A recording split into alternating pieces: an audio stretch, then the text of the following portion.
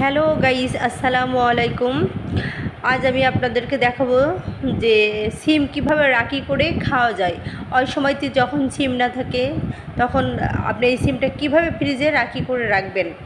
তো আমি একটু লবণ দিয়ে পানি গরম হলে তারপরে সিমটা দিয়ে দিয়েছি, হালকা ভাপ দিয়ে তারপর সিমগুলোর পানি ঝরিয়ে ফ্যানের নিচে কিছুক্ষণ রেখে দিয়ে তাওয়াল দিয়ে মুছে মুছে আমি এটাকে একটা টিফিন বাটির ভিতরে ভরে টিস্যু দিয়ে রেখেছি। আপনারা টিস্যুটা স্কিপ করতে পারেন, টিস্যুর পরিবর্তে পলি ব্যাগ ব্যবহার করতে পারেন।